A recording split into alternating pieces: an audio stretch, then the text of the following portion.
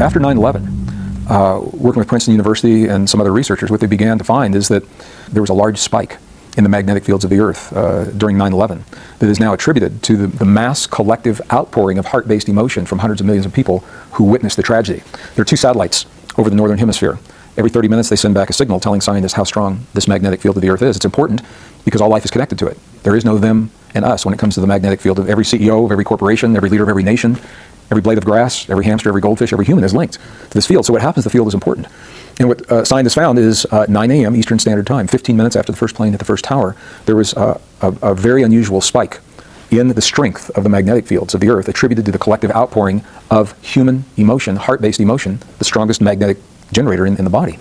This is important because, if you remember, in the hours and days right after 9/11, people of the Earth actually came very close together. We were a family. There was a camaraderie, at least for a few days. There was something happened that allowed us to open our hearts to one another, even if it was just for a few days. And scientists attribute that to the strengthening of these magnetic fields. The question is, can you create that effect without having a tragedy? Can you create it at will? And this has led the Institute of HeartMath to create a project that is called Global Coherence Initiative. Personal coherence is good. Global coherence is really good. They built a system of sensors throughout the world that all feed back into one server, one computer at their headquarters in Northern California. And they're able to actually, for the first time, they're able to actually observe the human relationship between the magnetic fields of the Earth and when we're influencing those fields in very specific ways. Then they went back and looked at the data and said, does this only happen when bad things are present? And the answer was no. Super Bowl Sunday, the whole world is watching, and it's influencing the magnetic fields of the Earth. The funeral of Princess Diana, the whole world came together.